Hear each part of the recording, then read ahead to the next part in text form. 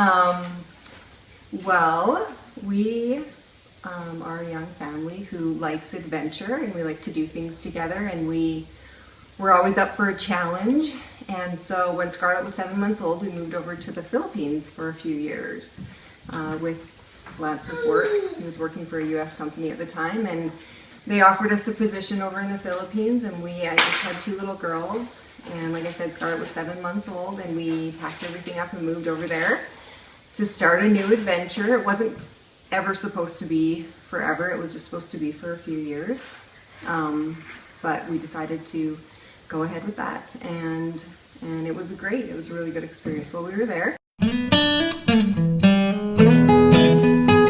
Well, Scarlett was, let's see, we were still living over there, and she was just over 2 years old, and gradually she stopped walking completely at the age of 2. And we'd taken her into the emergency a few times over there. We thought maybe she'd bumped her knee, and they did some x-rays, and the doctors did some examinations on her, and they always just sent us home, maybe saying it was a muscle virus.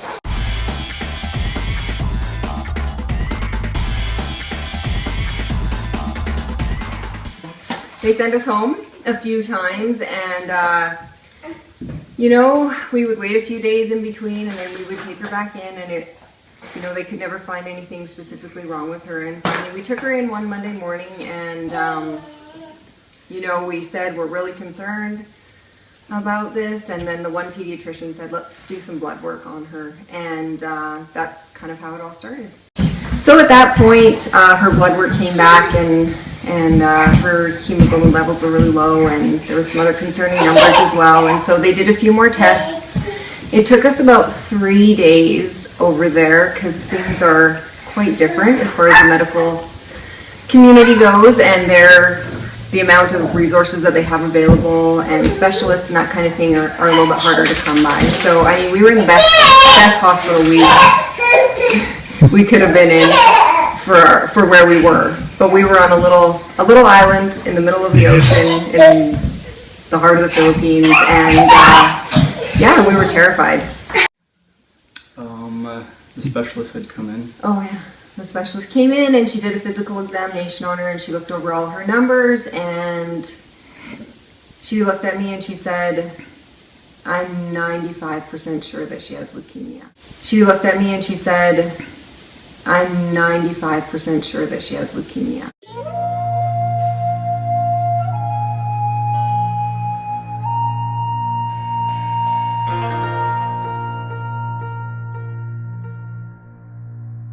And I was just heartbroken. I was shocked.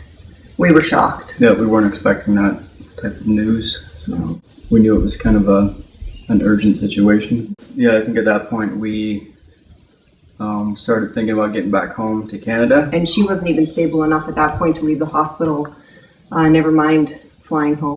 Within 24, 36 hours or something like that we kind of rushed home to our house in the Philippines and packed up everything we could, not knowing if we were coming back, and got on the plane, and it was a pretty stressful trip because she was kind of doing good at some points and then not doing so good at some points. And the problem is that she wasn't stable enough to leave the hospital or travel without a transfusion. And, they were definitely advising us to not get a blood transfusion over there. So Lance actually ended up having to be the donor for that blood transfusion. So luckily we're a match. Yep. He stayed at the hospital all night, and they took the blood out of him and put it in her, and we were able to travel home.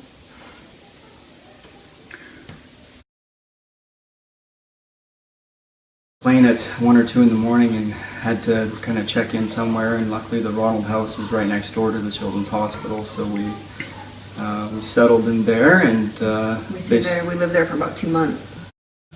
Yeah, the level of appreciation is pretty extreme.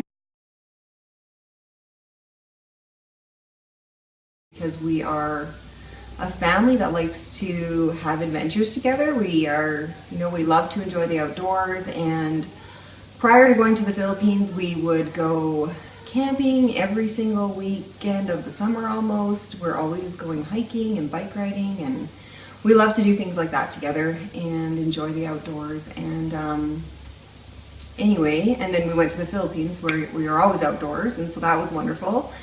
And then we came back and Scarlett got sick, and we were cooped up for quite a while. And last spring, we started talking about camping and looking at pictures and just really feeling that itch to kind of do some of those things together as a family. And we've always been tenters. So, me and Lance were feeling a little bit, because Scarlett is on chemotherapy daily. Mm-hmm. She's on daily doses of chemotherapy and other meds as well.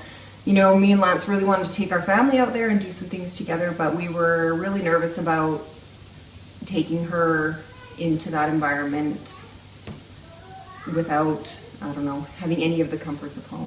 So we talked to Scarlett about a trailer and, what she would think about if we got one of those, and she was really excited, and we sat down as a family and discussed it, and together we decided to make that our way. Really nice for her to have a place to go, even though we were camping, and even though we could still have like the fire and the fun of the outdoors and the fresh air.